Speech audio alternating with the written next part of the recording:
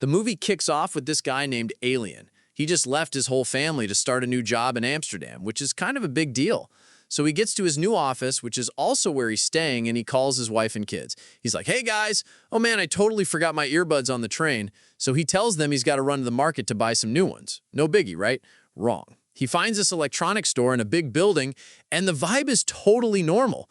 He's just about to grab some earbuds when, bam, this car screeches to a stop outside. A dude with a gun jumps out, runs inside, and just starts firing like crazy. Get this, he's not even hitting anyone, just shooting up in the air. But obviously, everyone freaks out. It's a total stampede. People are just scrambling to get out. Alien dives under a table to hide, and at the same time, a store worker grabs a few people and shoves them into the storeroom to keep them safe. So the store empties out fast. Alien thinks he sees his chance to escape, but nope, the terrorist spots him and grabs him. Total disaster. Right then, two cops show up outside and start shooting at the terrorist to stop him. The terrorist just starts firing back like a maniac, and the cops have to duck for cover. Now, the terrorist thinks he's only got one hostage, Alien, and he can use him to get whatever he wants. But surprise, there's a whole other office upstairs with like 40 people trapped, and the terrorist has no idea they're even there. This is super important. So the terrorist shows the cops the switch he's holding. He's like, "I've got a bomb. You try anything funny and I'll press this button and blow the whole building sky high."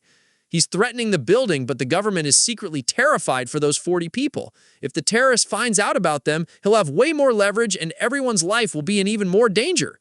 Pretty soon, the whole building is surrounded by cops. The police headquarters gets the terrorist on the phone and they're like, "Okay, what do you want?"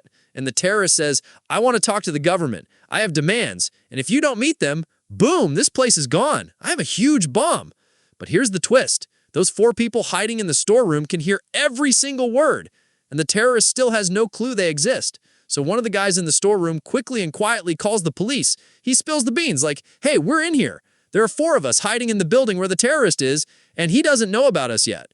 So the guy hiding in the storeroom is on the phone with the cops, and he's spilling all the tea. He's like, "Listen, this terrorist dude is totally alone. No backup. And get this, he didn't actually shoot anyone, he just fired in the air. He's only got the one hostage. This is huge for the cops." But time is ticking and things are getting super serious. The 40 people trapped upstairs are starting to totally panic. The government's #1 mission is getting them out, but it has to be on the down low so the terrorist doesn't find out. So they bring in the special forces, and these guys are all sneaking around the building. And remember those 2 cops from the beginning? The terrorist still has him pinned down behind a rock or something. He could totally take them out at any second. So the police send a car to block the view, and the cops use it as cover to get the heck out of there. Phew! Meanwhile, poor Alien is having the worst day ever. The terrorist has a gun pointed right at his head the entire time. One wrong move and it's all over. So intense! Back at police headquarters, they bring in this big shot government negotiator, this woman named Lily. She's the one who's going to talk the terrorist down. They give her the whole rundown. Dude has a bomb, only one hostage, but he doesn't know about the 40 people upstairs or the 4 people in the storeroom. The cops are trying to figure out a plan to sneak everyone out, and they need her to stall. So Lily gets on the phone. She asks the terrorist his name, and he's all mysterious, like, "Just call me AA." Cuts her off. He's like, "Hold on, my hostage needs to tell me something." It's Alien! He's trying to tell the terrorist that he's a heart patient. He's like, "Dude, I need my medicine from my bag or I'm going to be in real trouble." So the terrorist is in a tough spot. He doesn't want his hostage to just die because then he loses all his power. So he actually gives him the medicine. But, and this is so messed up, they don't have any water. The terrorist tells him to just take his heart medicine with a Red Bull. You can't do that.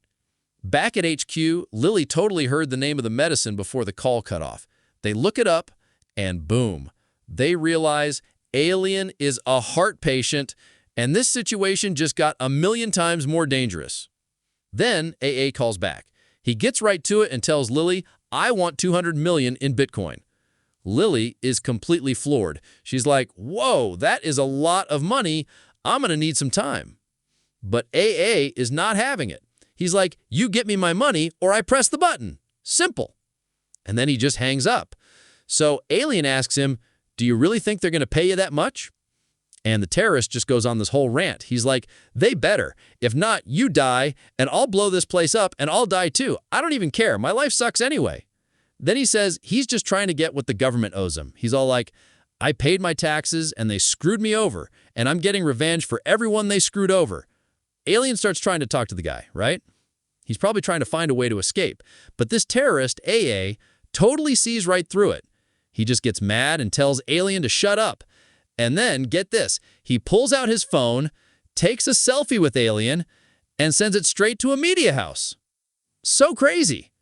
Meanwhile, back in the storeroom, one of the customers is completely freaking out. He starts yelling at the store worker like, "This is all your fault. If you hadn't stopped me to show me a stupid battery, I would have been out of here 5 minutes ago and totally free." But this lady who's also hiding there tells him to calm down. She's like, "Hey, if it wasn't for him, you'd be dead right now. He saved our lives by hiding us in here." The guy realizes she's right and feels like a jerk, so he tells the worker he's sorry. The worker's cool about it. He gets that everyone's just scared. Okay, so the cops get a hold of that selfie AA sent to the news. They look at it really, really close, and they start thinking the bomb might actually be a fake. This could be a huge deal. So they tell the special forces their new mission. First things first, find out if that bomb is real or not. If it's a dud, taking this guy down will be way easier. So a special forces dude gets on the phone with the worker hiding in the storeroom. He's like, "Hey, can you see the bomb? Is it legit? And more importantly, is there another way into the building so we can get those 40 people out from upstairs?" The kid totally knows a back way in. But then he drops another problem on them. He tells them the building is fully automated and all the lights shut off automatically at 9 p.m. He's like, "You got to be careful because the terrorist might think the lights going out is a trick and just blast the bomb anyway." This is super useful info. Lily immediately calls the terrorist. She's like, "Hey, just a heads up, the lights are going to go out at 9. It's just a building system, so don't panic." But even though she warned him, AA totally freaks out when the lights go off.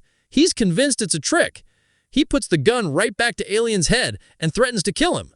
This time, Alien is so scared, he just starts begging. He's like, "Please, please, let me go. I have a wife and kids." But the terrorist just yells at him to be quiet. AA is on high alert, ready to shoot anything that moves in the dark. But then, a few minutes later, the lights come back on. He gets right back on the phone with Lily, and he is furious. He's like, "You guys are totally playing a game with me. You said the lights would go out, wouldn't do anything crazy."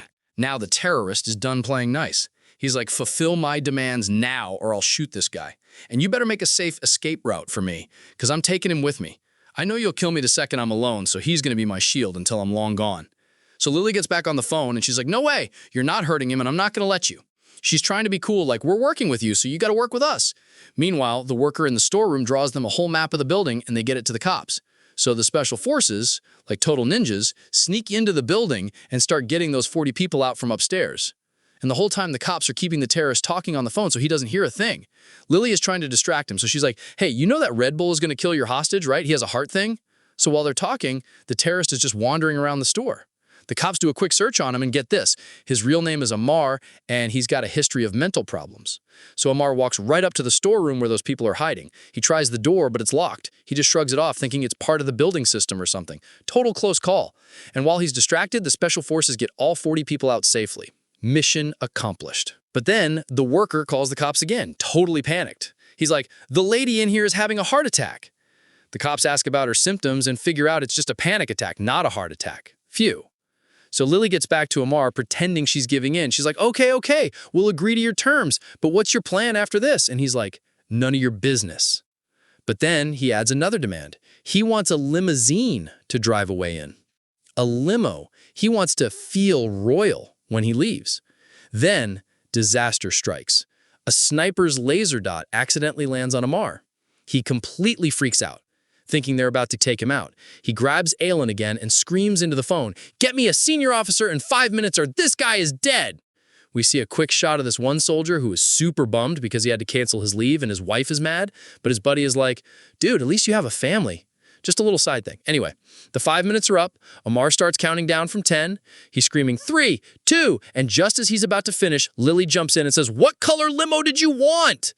It totally works. Amar stops his countdown and is like, a black one." Just like that, they save Aylin's life for a few more seconds. So smart.